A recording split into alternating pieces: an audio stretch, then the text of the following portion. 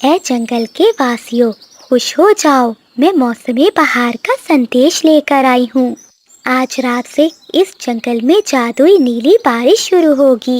ये बारिश 3 दिन तक मुसलसल चलेगी, मगर याद रखना, ये पानी सिर्फ उन्हीं के लिए अमृत होगा जो मेहनत करेंगे, और काहिलों के लिए ये मुसीबत बन जाएगा।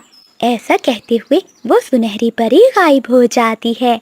सुनहरी परी की बातें सुनकर सभी पक्षी तैयारियों में लग जाते हैं। उसी जंगल में बादल कौवा और बिजली कौवे भी रहते थे, जो अपने ठंडे एसी वाले घोंसले में सो रहे थे। कोमल चिड़िया कौवों के घर आती है।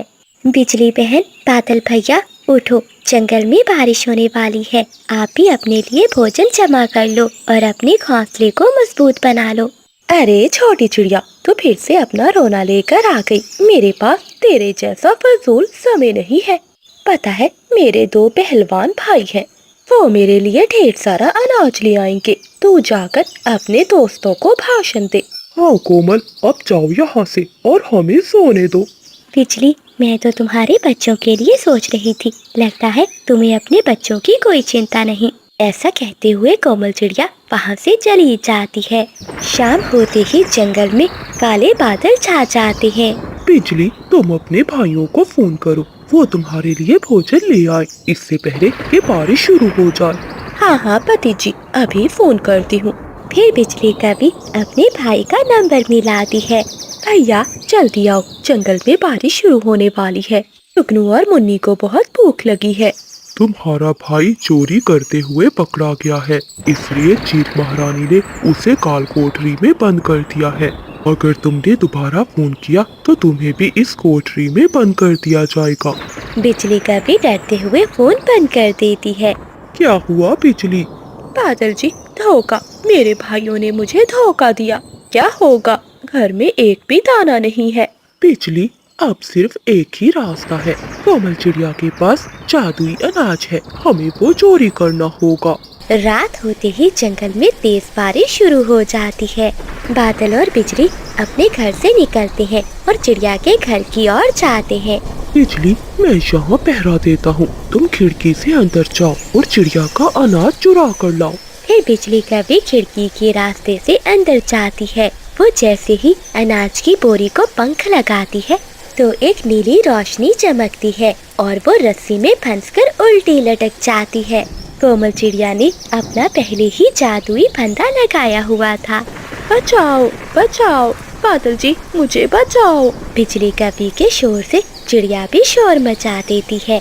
चोर चोर, मेरे घर में चोर घुस आया है। पक्षियों पक्षियों जल्दी आओ। बादल कौवा शोर सुनकर वहाँ से भाग जाता है।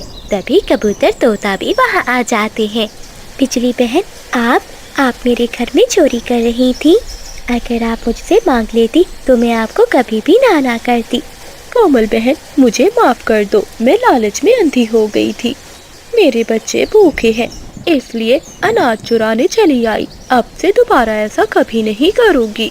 चिड़िया, मुझे लगता है इस कभी को सजा जरूर मिलनी चाहिए।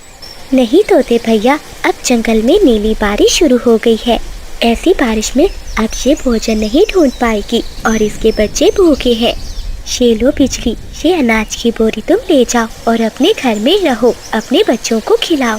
बिजली कभी चिड़िया का धन्यवाद करती है और अनाज की बोरी लेकर अपने घर चली जाती है। ऐसे ही कई दिनों तक जंगल में बारिशें होती रहती हैं। भोजन मिलने के बाद वो कौवे कई दिन तो सुकून से गुजारते हैं, परंतु उन कौवों की फितरत नहीं बदली थी। बादल जी, चलो हम काली पहाड़ी पर जाकर वो जादुई फल खाएंगे। देखो ना, अभी तो बारिश भी रुक गई है। बिजली, देखो आसमान कितना काला है और बिजली भी कड़क रही है, वापिस आना मुश्किल हो जाएगा। नहीं बादल जी, तुम तो हमेशा डरते हो। हम यूं गए और यूं आए। बिजली कभी अपने दोनों बच्चों को घर में बिठाकर बादल को साथ लेकर पहाड़ों की ओर चली जाती है। वो देखो बादल, सुनहरा फल। जैसे ही वो दोनों सुनहरे फल के पास जाते हैं तो एक भयानक बिजली गिरती है। बादल कौवा उसकी जद में आ जाता है और वो मर जाता है। बिजली कभी के पंख भी बुरी तरह से जल जाते हैं। उठो बादल जी उठो, ये सब मेरे कारण हुआ है। मैंने ही जिद की थी और बादल की बात नहीं मानी थी। जब बारिश थम जाती है तो कबूतर वहाँ से गुजरता है। वो बिजली की ऐसी हालत देखकर उसे चिड़िया के घर ले आता है। कोमल बहन, मैंने हमेशा तुमसे नफरत की और तुमने हमेशा मेरी मदद की। मेरे 2 छोटे बच्चे हैं, इस दुनिया में उनका कोई भी नहीं है। क्या तुम उन्हें अपनी ममता दोगी? बिजली बहन, तुम चिंता नहीं करो, तुम्हें कुछ भी नहीं होगा। और तुम्हारे बच्चे मेरे बच्चे हैं, मैं उन्हें कभी भी माँ की कमी महसूस नहीं होने दूंगी। चिड़िया की बातें सुनकर बिजली कवि सुकून से अपनी आंखें बंद कर लेती है। सभी पक्षी बहुत उदास थे। फिर कोमल चिड़िया बिजली कवि के बच्चों को अपने सीने से लगा लेती है और वो उन्हें माँ की तरह पालती है। ऐसे ही सालों गुजर जाते हैं। कोमल चिड़िया कव्वे के बच्चों को अपने बच्चों की तरह पालती है। वो बड़े होकर बहुत समझदार मेहनती बन जाते हैं। मेरे बच्चों, अब समय आ गया है कि तुम अपनी नई दुनिया बसाओ। अपनी जात के पक्षियों में जाओ और खुश रहो। माँ, हम आपको कैसे छोड़ सकते हैं? आपने हमें तब सहारा दिया जब सबने छोड़ दिया था। बेटा, यही कुदरत का असूल है। अब तुम्हारी उड़ान बहुत ऊंची होनी चाहिए। जाओ बच्चों, हमेशा खुश रहो। पक्षियों के बुरे अमाल उसे तबाही की तरफ ले जाते हैं, मगर एक सच्चा दिल हर मुसीबत को मोहब्बत में बदल देता है। माँ, क्या अभी तक पापा नहीं आए? मेरे पेट में बहुत दर्द हो रहा है। क्या आज फिर हमें भूखा सोना पड़ेगा? हाँ माँ, भैया ठीक कह रहा है। मुझे भी नींद नहीं आ रही। ऐसे लग रहा है जैसे मेरे अंदर कुछ टूट रहा है। क्या आज पापा हमारे लिए मीठा फल लाएंगे? मेरे प्यारे बच्चों, थोड़ा सा सब्र करो। बस तुम्हारे पापा जंगल के उस पार गए हैं, जहाँ ढेर सारे मीठे मीठे फल हैं। वो जरूर कुछ न कुछ लेकर आएंगे। बस अपनी आंखें बंद करो और सोचो कि तुम एक बहुत बड़े मीठे फल के पेड़ के ऊपर बैठे हो। अरे ओ कोमल, बंद कर, ये झूठी तसल्लियां देना बंद कर। तेरे इस चूं से तेरे बच्चों का पेट नहीं भरने वाला। जब से तू इस घर में आई है तो मनहूसियत पूरे घर में छा गई है। मेरा बेटा बंटी, जो कभी जंगल का सबसे शक्तिशाली पक्षी था, आज हड्डियों का ढांचा बन गया है, सिर्फ तेरे कारण। इन मनहूस बच्चों का पेट पालने के लिए। माँ जी, ऐसा ना कहें, बच्चे तो मासूम होते हैं। और माँ जी, इन सब में मेरा क्या कसूर है? मैं तो खुद कई दिनों से सिर्फ पानी पीकर ही गुजारा कर रही हूँ। कसूर तेरी किस्मत का है। देखो जरा, रात आधी गुजर गई है और मेरा बेटा अभी तक किसी खतरे में भटक रहा होगा। सुन ले, अगर इसे कुछ हो गया तो मैं तुझे जीने नहीं दूंगी। तभी बंटी चिड़ा थका हारा घर लौट आता है। कोमल, माँ, मुझे माफ कर देना। मैंने पूरा जंगल छान मारा। चीलों से छुपकर मैं दूर दूर जंगल तक गया, पर कहीं भी मुझे कुछ खाने के लिए नहीं मिला। जंगल में सूखा पड़ा है, कहीं से कोई दाना तक नहीं मिल रहा। बंटी जी, आप आ गए हैं, यही बहुत है। ऊपर वाला सब ठीक कर देगा। आप आराम करें, आपके पंख घायल हो चुके हैं। आराम? ये आराम का समय है? फिर बंटी चिड़ा अपने घोंसले में सो जाता है और कोमल चिड़िया अपने पति के पंखों पर मरहम लगाती है। अगली सुबह हो जाती है। बंटी सुबह सवेरे ही दाने की खोज में निकल जाता है। कोमल चिड़िया अपने बच्चों को लिए बाहर बैठी हुई थी। तभी बिजली कवि मीठे फलों की टोकरी लिए वहाँ आती है। अरे कोमल बहन, अभी तक यहीं बैठी हो? मैं यहाँ से घर जा रही थी तो बच्चों के रोने की आवाज सुनकर मेरा कलेजा मुंह को आ गया। देखो कैसे इन मासूम बच्चों के चेहरे पीले पड़ गए हैं। ऐसा कहते हुए बिजली कवि एक मीठा फल उन बच्चों के सामने रखती है। ये लो बबलू और मीना, ये मीठा फल खा लो। तभी चिड़िया की सास भी वहाँ आ जाती है। अरे बिजली, तेरे पास इतना फल कहाँ से आया? पूरे जंगल में तो सूखा पड़ा है, पक्षी मर रहे हैं भूख से, और तेरे पास ये फलों से भरी हुई टोकरी। माँ जी, मेरे जैसा दिमाग हो तो सब कुछ मिलता है।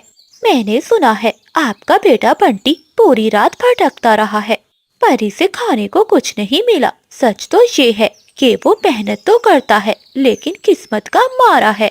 बिजली बहन, आपका फल देने के लिए बहुत बहुत धन्यवाद। लेकिन आप यहाँ क्यों आई हैं? मैं जानती हूँ कि बगैर किसी मकसद के आप किसी के पास नहीं जाती। तौबा तौबा, कोमल, तुम मुझे इतना गलत समझती हो। मैं तो सिर्फ मदद करने के लिए आई थी। मैं तो तुम्हें बताने आई थी कि नदी के उस पार काला महल है, जिसकी मालकिन एक बहुत बड़ी और दयादिल चील है। इसे अपने अंडों की निगरानी के लिए एक नौकरानी की जरूरत है। बदले में वो उसे इतना अनाज और सोना देगी कि आने वाली 7 नस्लें शाही जिंदगी गुजारेंगी। नहीं बिजली, सब जानते हैं जो पक्षी भी नदी के उस पार काले महल में गया है वो कभी वापस नहीं आया। मैं अपने बच्चों को छोड़कर कहीं नहीं जाऊंगी। तो ठीक है चिड़िया, मत जाओ। अपने सामने इन बच्चों को मरते हुए देखो। जरा देखो अपने बच्चों को, भूख के कारण कैसे कमजोर हो गए हैं। कल को ये मर गए तो तुम्हें पछताना पड़ेगा। माँ वही होती है जो अपनी संतान के लिए अपनी जान खतरे में डाल दे, वो नहीं जो इनका तमाशा देखे। हाँ कोमल, बिजली ठीक कह रही है। तू तो बहुत बड़ी नेक बनती थी, अब अपने बच्चों की जिंदगी के लिए इतनी सी कुर्बानी नहीं दे सकती। बंटी को मैं संभाल लूंगी, तू बस जा और अनाज लेकर आ जा। अगर तू ना गई तो मैं समझूंगी कि तू इन बच्चों की सगी माँ नहीं है, बल्कि इनकी दुश्मन है। कोमल चिड़िया अपने बच्चों की तरफ देखती है जो भूख से नाडाल होकर जमीन पर पड़े थे। वो रोते हुए कहती है, क्या क्या वो वाकई ही हमें अनाज देगी? क्या मेरे बच्चे पेट भरकर खाना खाकर सो सकेंगे? हाँ हाँ चिड़िया बहन, बस रात की ही तो बात है। तुम रात में जाओगी, अंडों का पहरा दोगी और सुबह होते ही अनाज का ढेर लेकर घर वापस आ जाया करोगी। चिड़िया बहन, तुम चिंता क्यों करती हो? मैं खुद तुम्हें वहाँ छोड़ कर आऊंगी। कोमल चिड़िया अपने बच्चों के पास जाती है। मेरे जिगर के टुकड़ों, मुझे माफ कर देना। तुम्हारी माँ तुम्हें छोड़कर कहीं नहीं जा रही, बल्कि तुम्हारी जिंदगी लेने जा रही है। अगर मैं लौट कर ना आई तो याद रखना, तुम्हारी हर सांस में मेरी ममता की खुशबू होगी। तभी बुलबुल वहाँ आ जाती है। कोमल, ये तुम क्या करने जा रही हो? बिजली की बातों में मत आओ। क्या तुम पागल हो गई हो? इस कपी का एतबार करना बहुत मुश्किल है। बुलबुल, मैं सब जानती हूँ। मेरा दिल भी कह रहा है कि ये रास्ता मौत का है, लेकिन जरा देखो, मेरे बच्चे भूख से दम तोड़ रहे हैं। अगर मैं यहाँ बैठी रही तो आज रात ये मर जाएंगे। ऊपर वाला सब ठीक करेगा। हो सकता है मैं इनके लिए भोजन ले आऊं। अगर मुझे मौत मिलती है तो मिल जाए, लेकिन मेरे बच्चों को जीवन जरूर मिलेगा। फिर कोमल चिड़िया बिजली कपी के साथ वहाँ से चली जाती है। बिजली कपी चिड़िया को एक काली गुफा में ले जाती है। आ गई बिजली, मैं तुम्हारा ही इंतजार कर रही थी।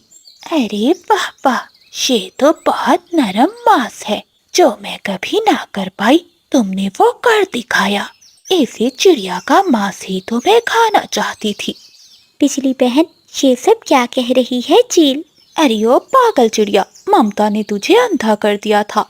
अब तू इस चील की कैदी है और मैं तेरे घर पर राज करूंगी। धोखा बिजली, तुम इतनी गिर जाओगी मैंने कभी नहीं सोचा था। अब मेरे बच्चों का कौन सहारा होगा और कौन उन्हें दाना देगा? चील आगे बढ़ती है और कोमल चिड़िया को एक पिंजरे में कैद कर लेती है और बिजली कपी को बदले में ढेर सारा भोजन देती है। बिजली खुश होकर वहाँ से चली जाती है। दूसरी ओर बुलबुल कबूतर और तोते के पास जाती है और उन्हें सारी बात बताती है। वो काली कपी बहुत बुरी है, जरूर चिड़िया खतरे में होगी। हम सब दोस्तों को मिलकर चिड़िया की मदद करनी होगी। ऐसा कहते हुए वो तीनों दोस्त चिड़िया की मदद के लिए वहाँ से चले जाते हैं। चिड़िया, मुझे उल्लू वैद ने कहा है कि अगर मैं पीले रंग की चिड़िया का सूप पीऊंगी तो हमेशा जवान रहूंगी। आज तेरा आखिरी दिन है, याद कर ले, जिसको भी करना है। कोमल चिड़िया तो रो रही थी। जैसे ही चील उसे मारने के लिए आगे बढ़ती है तो उसके दोस्त वहाँ आ जाते हैं। कबूतर, तोता और बुलबुल तीनों मिलकर चील पर हमला करते हैं और हमले में चील घायल हो जाती है। डर के मारे वो अपनी जान बचाकर वहाँ से भाग जाती है। दोस्तों, आपका बहुत बहुत धन्यवाद। अगर आज आप समय पर ना आते तो मैं शायद अपने बच्चों को कभी ना देख पाती। चिड़िया बहन, गुफा में ढेर सारा भोजन है, लेकर चलते हैं। दूसरी ओर बिजली कवि और बादल कव्वा मिलकर चिड़िया के घर पर कब्जा कर लेते हैं। वो बच्चों को और सावित्री को रस्सियों से बांध देते हैं। कवि, तू बहुत बुरी है। तेरी बातों में आकर मैंने अपनी बहू को मौत के मुंह में भेज दिया। तभी कोमल चिड़िया और उसके सभी दोस्त वहां पहुंच जाते हैं। वो कौवों पर हमला करते हैं और उन्हें घायल करके वहां से भगा देते हैं। बच्चों, ये लो भोजन। देखो, आपकी माँ आपके लिए दाना लाई है। बबलू और मीना अपनी माँ को देखकर बहुत खुश होते हैं। बेटी, मुझे माफ कर दे, मैंने तुझे गलत समझा। दोस्तों, माँ की कदर करें इससे पहले कि वो खाक का हिस्सा बन जाए। जंगल में बादल जोर से गरज रहे थे और तेज हवाएं चल रही थी। सभी पक्षी डरे सहमे अपने अपने घोंसलों में बैठे थे। तेज हवा के झोंके से तोते का घोंसला नीचे गिरकर टूट जाता है। चीकू तोता बहुत मुश्किल से अपनी पत्नी और बेटे की जान बचाता है। चीकू जी, अब हम कहाँ जाएंगे? मौसम बहुत खराब है, किसी समय भी बारिश हो सकती है। मुझे अपने छोटे मुन्ने की बहुत चिंता हो रही है। चिंकी, चिंता नहीं करो, मुन्ने को साथ लो, हम चिड़िया के पास जाते हैं, वो हमारी मदद जरूर करेगी। तोता अपनी पत्नी और बेटे को लेकर वहाँ से उड़ता है। वो अभी रास्ते में ही थे कि तेज बारिश शुरू हो जाती है। बबलू और मीना, बर्तन यहाँ रखो, पानी यहाँ से भी टपक रहा है। बच्चों, मुझे लगता है हमारा घर ऐसी तेज तूफानी बारिश और हवाएं सहन नहीं कर पाएगा। चिड़िया ने इतना कहा ही था कि उनका घर जोर जोर से हिलने लगता है। बच्चों निकलो, जल्दी बाहर निकलो। ऐसा कहते हुए कोमल चिड़िया अपने दोनों बच्चों को बाहर लेकर आती है। तभी उनका घर एक तेज हवा के झोंके से दूर उड़ जाता है। मम्मा, मुझे बहुत ठंड लग रही है। हाँ मम्मा, मुझे भी ठंड लग रही है। बच्चों, ऐसी बारिश में अब हम कहाँ जाएंगे? तभी चीकू तोता अपनी पत्नी और बेटे के साथ वहाँ आ जाता है। चिड़िया बहन, लगता है तुम्हारा घर भी हमारे घर की तरह टूट गया है। हाँ तोते भैया, मुझे अपने घर की मरम्मत करनी थी, लेकिन अचानक ये बारिश शुरू हो गई। चिड़िया बहन, ऐसी बारिश में अब हम कहाँ जाएंगे? हमारे बच्चे बहुत छोटे हैं और वो इतनी ठंड बर्दाश्त नहीं कर पाएंगे। हाँ चिंकी बहन, चलो हम कौवों के पास चलते हैं। मैंने हमेशा उनकी मदद की है। अगर आज हम पर मुश्किल आई है तो वो भी हमारी मदद करेंगे। ऐसा कहते हुए वो सब कौवों के घर की ओर चले जाते हैं। वो कौवे अपने घर में आराम से बैठे हुए थे, क्योंकि उनका घर बड़ा भी था और मजबूत भी। अरे अरे, ये क्या, बिना पूछे हमारे घर में अंदर कैसे चले आए? बिजली बहन, आज मैं बहुत मजबूर हूँ। मेरा घर टूट गया है और तोते भैया का घर भी टूट गया है। हम सब बेघर हैं। हमें आज की रात अपने घर में रहने दो। नहीं नहीं चिड़िया, ये घर हमने बहुत मेहनत से बनाया है। पहले ही मैं, मेरी पत्नी और मेरे 2 बच्चे हैं इस घर में। अब मैं किसी और पक्षी को अपने घर में रुकने की इजाजत नहीं दे सकता। क्या मालूम, आज तुम सीधा घर के अंदर चली आई और कल को हमारे घर पर कब्जा कर लो। कोमल चिड़िया और तोता चुप रहते हैं और वो वहाँ से अपने परिवार को लेकर चले जाते हैं। वो सब एक बड़े पेड़ के नीचे बैठ जाते हैं। जंगल में बारिश से ठंड और भी बढ़ गई थी। ऐसे ठंडे मौसम में बिना घोंसले के रहना बहुत मुश्किल था। चिड़िया बहन, कबूतर के पास चलते हैं, वो हमारी मदद जरूर करेगा। हाँ तोते भैया, जल्दी चलो, वरना हमारे बच्चे ठंड से बीमार हो जाएंगे। फिर कोमल चिड़िया और तोता अपने परिवार के साथ वहाँ से उड़ते हैं। कबूतर भी अपने घर में डरा सहमा अकेला बैठा था। चिड़िया दरवाजा खटखटाती है। कबूतर भैया, दरवाजा खोलो। कबूतर चिड़िया की आवाज़ सुनकर घर से बाहर आता है। कबूतर भैया, हम सबको आज की रात अपने घर में रह लेने दो। जब बारिश रुक जाएगी तो हम यहाँ से चले जाएंगे। चिड़िया बहन, मुझे कोई एतराज नहीं है, लेकिन मेरा घर भी इतना मजबूत नहीं है कि ये हम सबका बोझ उठा पाए। इसलिए तीनों छोटे बच्चे मेरे घर के अंदर बैठ जाएं और मेरे पास छाता है, हम लेकर वो बाहर टाल पर ही बैठ जाएंगे। कबूतर ऐसा कहते हुए छाता ले आता है। बच्चों, आप जाकर अंदर बैठ जाओ, मेरा घोंसला गर्म है। अगर आप तीनों ऐसे बारिश में भीगते रहे तो बीमार हो जाओगे। कोमल चिड़िया, तोता, तोती और कबूतर बाहर छाते के नीचे बैठ जाते हैं। कबूतर भैया, आप मेरे पड़ोसी नहीं हो, लेकिन फिर भी आपने मेरी मदद की। मुझे अफसोस है उन कपों पर। कई सालों तक मैंने उनका ख्याल रखा है। अगर आज हम पर मुश्किल समय आया है तो उन्होंने हमारी मदद करने से इनकार कर दिया है। चिड़िया बहन, वक्त गुजर जाता है, हालात बदल जाते हैं। हमेशा हालात एक जैसे नहीं रहते, सब ठीक हो जाएगा। फिर वो सभी पक्षी रात वहीं गुजारते हैं। अगली सुबह हो जाती है। बारिश थम चुकी थी और हवा भी नहीं थी। मुश्किल समय गुजर गया, लेकिन हमें आने वाले समय के लिए कोई मजबूत घर बनाना होगा। एक ऐसा घर जिसमें हम बारिश और तूफान से भी बचे रहें। फिर वो सभी पक्षी मिलकर अपना काम शुरू करते हैं। तोता और उसकी पत्नी जंगल में अपनी तेज चोंच से टहनियाँ काटते हैं। चिड़िया नरम नरम घास ढूंढती है और कबूतर घर बनाने का काम शुरू करता है। बच्चे भी उनके साथ काम करवा रहे थे। वो सभी पक्षी मिलकर काम कर रहे थे। 2 दिनों में ही वो सब पक्षी अपने लिए एक बहुत बड़ा, सुंदर और मजबूत घर बना लेते हैं। एक दिन कौवे भोजन की खोज में बाहर जाते हैं। तभी एक लकड़हारा पक्षी आता है और उनका बड़ा पेड़ काट कर ले जाता है। जब कौवे शाम को वापस आते हैं तो जंगल में बारिश फिर से शुरू हो जाती है। वो देखकर हैरान हो जाते हैं। वहाँ ना तो घर था और ना ही पेड़।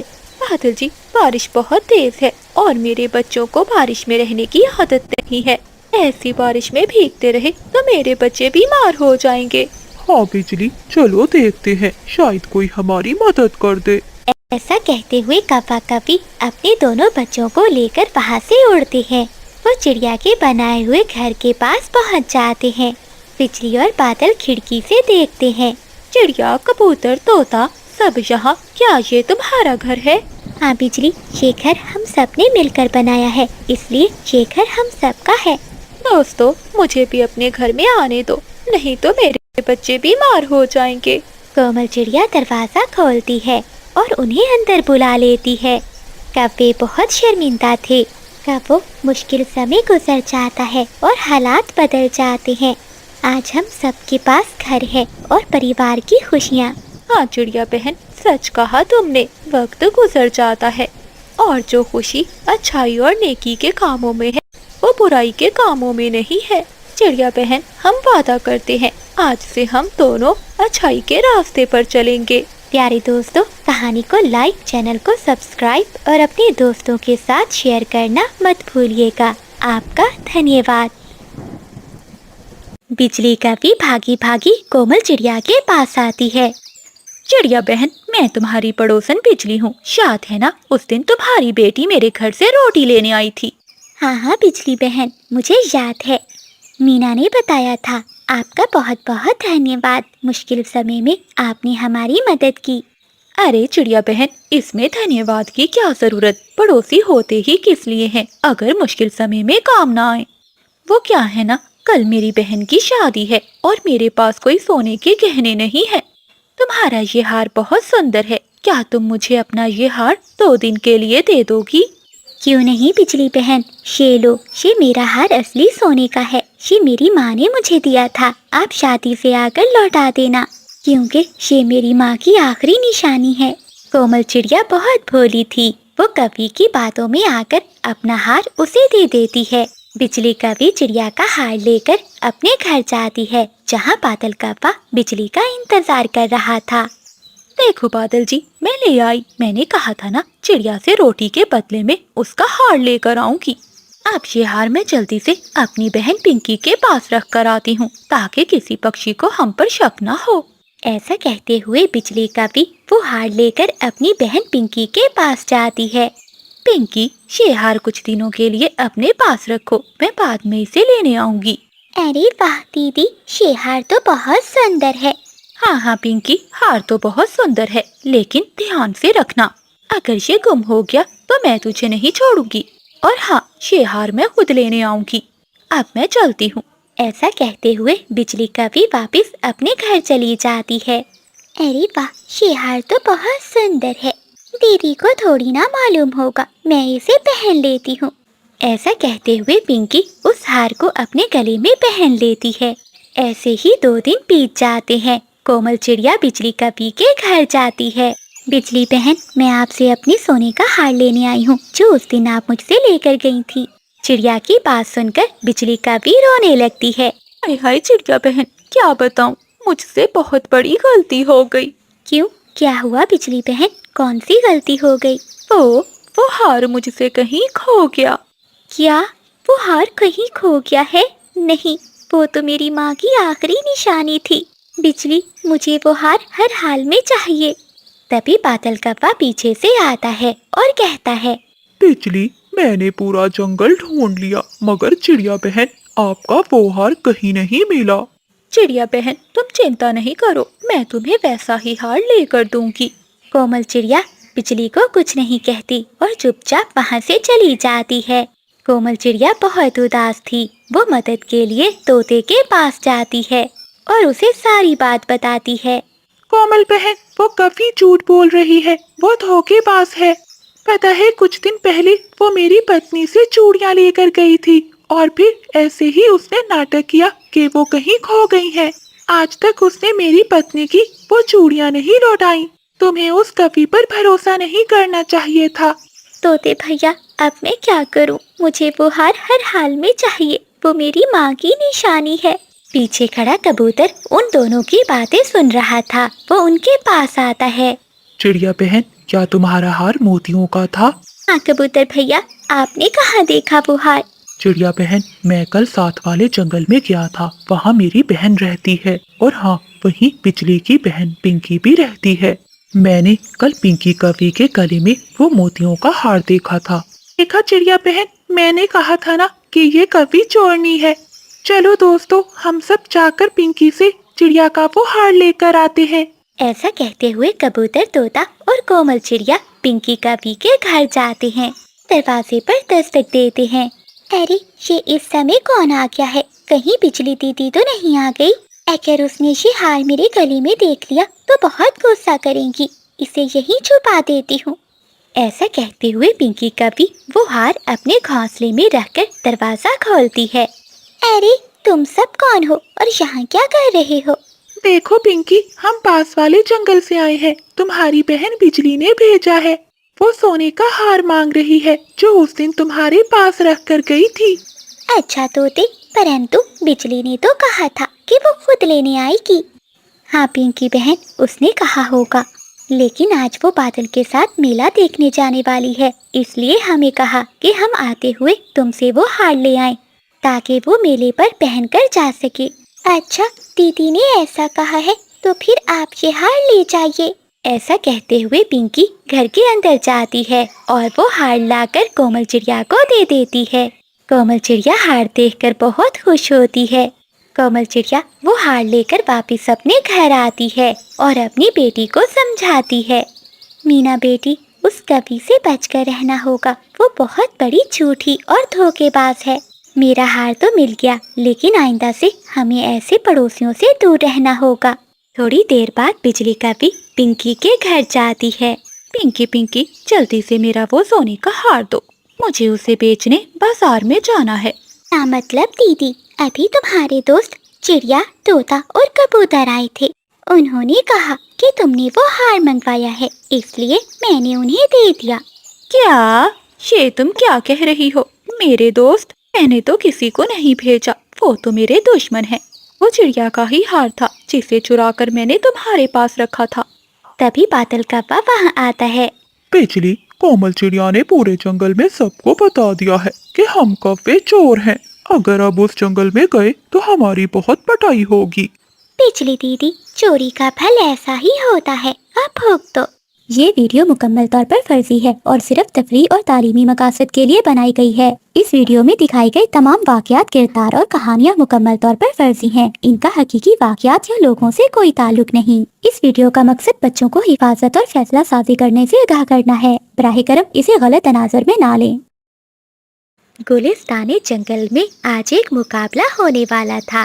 जो पक्षी भी मुकाबला जीतेगा उसे सितारों का ताज मिलेगा, जिसे पहनकर वो पूरे जंगल का मालिक बन जाएगा। सुनो सुनो पक्षियों, जो भी पहले काली पहाड़ी की चोटी से वो नीला फूल तोड़कर लाएगा वही इस ताज का हकदार होगा। मगर याद रहे, रास्ता सिर्फ परों से नहीं दिल की सच्चाई से पार होगा। बादल जी, ये ताज हमारा होना चाहिए। सोचो, हम पूरे जंगल पर राज करेंगे। कोमल चिड़िया तो छोटी सी है, वो हमारा मुकाबला कैसे करेगी? परंतु बिजली, वो पहाड़ी बहुत भयानक है। सुना है वहाँ काले साए रहते हैं। बादल, तुम चुप रहो। ये उल्लू बाबा तो ऐसे ही बातें कर रहा है ताकि हम इस मुकाबले से दूर रहें और वो चिड़िया नीला फूल लाकर इस जंगल पर राज करे। चिड़िया बहन, तोते यार, तुम दोनों में से किसी एक का जीतना जरूरी है। तुम्हें हर हाल में जीतना होगा। अगर ये कफे जीत गए तो हमारा इस जंगल में रहना मुश्किल हो जाएगा। कबूतर भैया, मैं अपनी पूरी जान लगा दूंगी। कबूतर यार, वो सितारों का ताज मैं ही पहनूंगा। मुकाबला शुरू हो जाता है। बिजली, बादल, चिड़िया, तोता सब तेजी से पहाड़ी की तरफ उड़ने लगते हैं। बिजली ने पहले ही रास्ते में एक जाल बिछाया था। कोमल चिड़िया और तोता तेजी से उड़ रहे थे कि अचानक उनके सामने जादुई बादल आ जाते हैं। ये काले बादल बिजली का भी का काला जादू था। ये अचानक इतना अंधेरा क्यों हो गया? मुझे कुछ भी नजर नहीं आ रहा।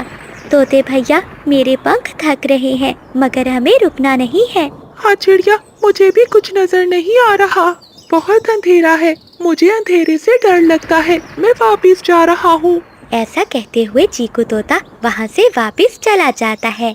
नहीं चीकू भैया, वापिस लौट आइए, हमें मिलकर मुकाबला करना होगा। परंतु चीकू तोता वहाँ से चला जाता है। देखा देखा पति जी, वो तोता भाग गया। अब ये छोटी चिड़िया भी इस बादलों में भटकती फिरेगी और हम वो फूल लेकर रात होने से पहले लौट आएंगे। फिर बादल और बिजली वहाँ से उड़ जाते हैं। वो जैसे ही काली पहाड़ी पर पहुँचते हैं तो उनके सामने बड़े बड़े काले कौवे खड़े थे, जिनकी आंखें लाल थीं। ये उनके अपने लालच के साए थे। बादल, तुमने हमेशा दूसरों का हक छीना है। आज तुम यहाँ से आगे नहीं जा सकते। बाबा बिजली, चलो भागो यहाँ से, ये काले साए हमें खा जाएंगे। नहीं नहीं बादल जी, वो देखो सामने वो नीला फूल है। हमें रात होने से पहले वो फूल तोड़ना होगा, नहीं तो वो फूल गायब हो जाएगा। यहाँ तक आकर अब मैं खाली पंख नहीं लौटना चाहती। चलो मेरे साथ। वही कोमल चिड़िया पीछे बादल में फंसी हुई थी, मगर उसने हिम्मत नहीं हारी। वो अपनी आंखें बंद करती है और अपने दिल की रोशनी पर भरोसा करती है। तभी चिड़िया के दिल से एक सुनहरी रोशनी निकलती है जो उन बादलों को चीर देती है। सच्चाई का रास्ता हमेशा रोशन होता है, मुझे समझ आ गया है। ये काले बादल मेरा डर था और ये रोशनी मेरी उम्मीद की है। ऐसा सोचते हुए कोमल चिड़िया तेजी से सीधा पहाड़ी की चोटी पर जाती है, जहाँ बादल और बिजली अपने ही सायों से लड़कर नीचे गिर चुके थे। पहाड़ी पर नीला फूल चमक रहा था। कोमल चिड़िया उसे तोड़ने के लिए आगे बढ़ती है। तभी बिजली कव्वी की रोने की आवाज सुनाई देती है। बचाओ, कोई मेरे पति को बचाओ, नहीं तो ये काले साए हमें मार देंगे। कोमल चिड़िया के पास यही आखिरी मौका था, क्योंकि रात होने वाली थी। बिजली की आवाज सुनकर वो तुरंत वहाँ से उड़ जाती है, क्योंकि उसने मुकाबला जीतने से ज्यादा अपने दोस्तों की जान बचाने को अहमियत दी। कोमल चिड़िया बिजली और बादल के पास आती है। वो अपनी आंखें बंद करती है। चिड़िया में से एक सुनहरी रोशनी निकलती है। उस रोशनी से वो काले साए गायब हो जाते हैं। कोमल, तुमने हमें क्यों बचाया? तुम तो जीत सकती थी। अब तो रात हो गई है, वो फूल गायब हो गया होगा। बादल भैया, मुकाबला जीतने से बड़ा मुकाबला किसी की जान बचाना है। फिर वो तीनों वापस उल्लू बाबा के पास लौट आते हैं। वहाँ हर तरफ खामोशी थी। चिड़िया के पास वो फूल नहीं था, मगर उसके चेहरे पर एक सुनहरी रोशनी थी। कोमल बेटी, तुम्हारे पंख खाली हैं, मगर तुम्हारा दिल नूर से भरा हुआ है। मुकाबला तुमने नहीं, तुम्हारी सच्चाई ने जीता है। तभी आसमान से एक सितारों का ताज उतरता है और वो खुद ब खुद ही चिड़िया के सर पर आ जाता है। बिजली और बादल शर्मिंदगी से सर झुका लेते हैं। कोमल बहन, हमें माफ कर दो। ताज उसके लिए ही होता है जो दूसरों का भला सोचे, हमारे जैसे लालचियों के लिए नहीं। बिजली बहन, ये जंगल हम सब का है, हम सबको मिलकर ही इस जंगल की रक्षा करनी है। फिर कोमल चिड़िया उस ताज की शक्ति से पूरे जंगल में रोशनी फैला देती है। उस रोशनी से जंगल की नदियाँ पानी से भर जाती हैं और पूरे जंगल में पेड़ पौधे लग जाते हैं जो फलों से भरे हुए थे। दोस्तों, असली जीत ताकत या रफ्तार में नहीं बल्कि नरम दिली और सच्चाई में होती है।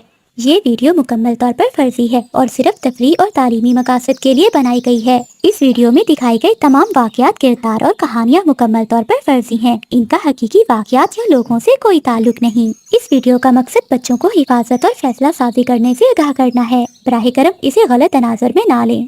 जंगल में सुबह से ही बादल छाए हुए थे और तेज बारिश हो रही थी। आज कोमल चिड़िया की बेटी मीना का जन्मदिन था। मीना खिड़की में बैठी हुई बाहर देख रही थी और बहुत उदास थी। मीना, क्या हुआ? तुम इतनी उदास क्यों बैठी हो? मम्मा, आज ही बारिश होनी थी, अब मेरे जन्मदिन पर कौन आएगा? मीना बेटी, चिंता मत करो, हमारा घर मिट्टी का जरूर है मगर ये बहुत मजबूत है। देखना, सभी पक्षी आएंगे। अब मैं जाकर तुम्हारे लिए केक ले आती हूँ। तुम भी छाता ले जाओ और अपने दोस्तों को जन्मदिन की दावत दे आओ। ऐसा कहते हुए कोमल चिड़िया केक लेने चली जाती है और मीना चिड़िया भी छाता लेकर अपने दोस्तों को दावत देने चली जाती है। वो सबसे पहले तोते के घर जाती है। अंकल और आंटी, आज मेरा जन्मदिन है। चुटकी मेरी बहुत अच्छी दोस्त है, इसलिए मैं आप सबको दावत पर बुलाने आई हूँ। ये बात सुनकर तोता चुप कर जाता है, परंतु चिंकी तोती बोलती है, देखो मीना बेटी, चुटकी और हम सब तुम्हारे जन्मदिन पर आ जाते, परंतु तुम्हारा घर तो मिट्टी का बना हुआ है। तुम्हारा घर ये तेज बर्दाश्त नहीं कर पाएगा और वो घर कभी भी गिर सकता है। ये सुनकर मीना बहुत उदास हो जाती है और वहाँ से चली जाती है। कबूतर भैया, मुझे बड़े वाला केक चाहिए। मेरी मीना का आज जन्मदिन है और जंगल के सभी पक्षियों को बुलाया है, आप भी जरूर आइएगा। हाँ हाँ कोमल बहन, ये तो बहुत अच्छी बात है। ये केक सबसे बड़ा है और स्वादिष्ट भी, तुम यही ले जाओ। कोमल चिड़िया कबूतर चाचा से केक लेकर चली जाती है। मीना को रास्ते में बिजली का भी मिलती है। बिजली आंटी, आज मेरा जन्मदिन है, आप और चुगनू जरूर आना। क्या छोटी गरीब चिड़िया, तुम्हारा घर मिट्टी का है, ऐसी तेज बारिश में वो कभी भी गिर सकता है। ना रे ना, ना मैं आऊंगी और ना मेरा जुगनू। परंतु आंटी, मम्मा कहती है हमारा घर बहुत मजबूत है। क्या कहा? मजबूत? तुम्हारी मम्मा झूठ बोलती है। देखना, एक हवा का झोंका आएगा और तुम्हारा घर उड़ जाएगा। अब जाओ यहाँ से, मैं अपनी जान और अपने बेटे की जान खतरे में नहीं डालना चाहती। ऐसा कहते हुए बिजली कभी वहाँ से चली जाती है। मीना अपने दोस्तों के घर जाती है, लेकिन सभी आने से मना कर देते हैं। उदास होकर मीना चिड़िया वापस अपने घर चली जाती है। क्या हुआ मीना, तुम इतनी उदास क्यों लग रही हो? देखो, मैं तुम्हारा केक ले आई हूँ। मम्मा, मुझे कुछ नहीं चाहिए क्योंकि कोई भी मेरा दोस्त मेरे जन्मदिन पर नहीं आएगा। परंतु क्यों मीना? क्योंकि मम्मा, हमारा घर मिट्टी का है और मिट्टी का घर कभी भी टूट सकता है। भला कोई भी पक्षी अपनी जान खतरे में क्यों डालेगा? मीना की बात सुनकर कोमल चिड़िया भी उदास हो जाती है। शाम होते ही जंगल में बारिश बहुत तेज हो जाती है। सभी पक्षी अपने अपने घरों में बैठे थे। अरे चीकू जी, देखिए हमारे घर की छत टपकने लगी है, पानी अंदर आ रहा है। हाँ चिंकी, चुटकी को लेकर बाहर निकलो, ऐसा ना हो कि ये छत हम पर ही गिर जाए। ऐसा कहते हुए तोता तोती अपनी बेटी को लेकर बाहर निकलते हैं। उनके निकलते ही उनके घर